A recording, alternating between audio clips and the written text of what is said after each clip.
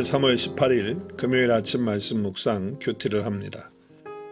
예수님이 나는 세상의 빛이니 나를 따르는 자는 어둠에 다니지 아니하고 생명의 빛을 얻으리라고 하시니 바리새인들은 예수님이 증인도 없이 스스로 세상의 빛, 생명의 빛이라고 말하니 참되지 않다는 것입니다.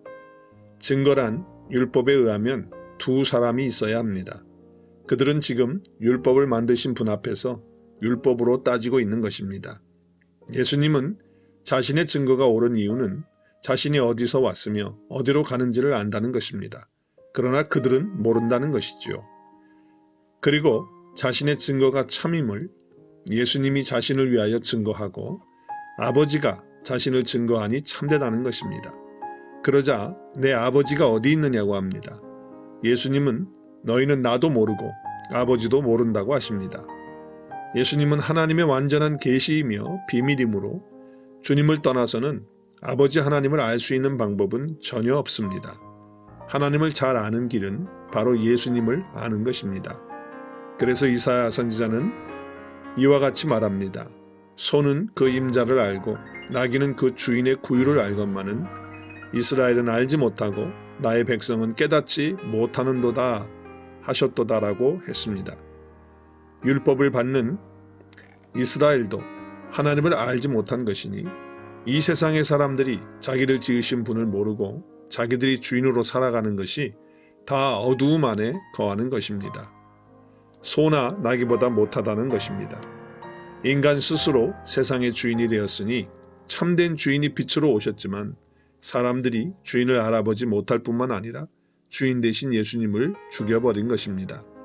결국 유대인들은 자기들이 율법을 가지고 적용을 하지만 그러나 그들은 빛과 생명 되신 주님을 모르기 때문에 이미 캄캄한 어두움에 있다는 것입니다. 내가 예수님을 믿고서 아는 것은 내가 죄인이라는 사실입니다. 이것이 나를 제대로 아는 것입니다. 어설프게 알면 자꾸만 다른 방향으로 나가게 됩니다. 나의 죄가 어느 정도인지를 빛이 비춰주어야 제대로 아는 것입니다. 전에는 어두움이더니 이제는 빛입니다. 그래서 어두움의 일을 빛 가운데서 책망받는 것입니다. 책망을 받는 것은 빛으로 나타나지는 것입니다. 그러므로 그리스도께서 나에게 빛을 비추고 계시는 것입니다. 이렇게 빛 앞에 나타나는 것은 나의 죄와 어두움이 더욱 밝혀지는 것입니다. 부끄럽고 수치스러운 죄악까지 빛 앞에 노출되어지는 것입니다. 그러므로 어디 가서 폼 잡고 자존심 챙기려고 하는 짓은 하지 말아야겠습니다. 내가 얼마나 큰 죄인이며 죄와 사망 가운데 있는 존재인지 주님의 빛이 비추이니 알게 되었습니다.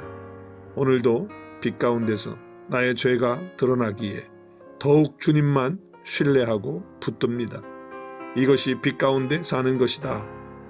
주님이 나에게 오늘 말씀하십니다. 생명의 빛 되신 주님이 내 안에 계시기에 주님만 바라봅니다. 그래서 죄에서 자유함을 누리고 모든 어두움과 부정적인 생각은 물러가고 밝음과 기쁨과 행복이 넘치게 해주심을 믿고 감사하며 하루를 시작합니다.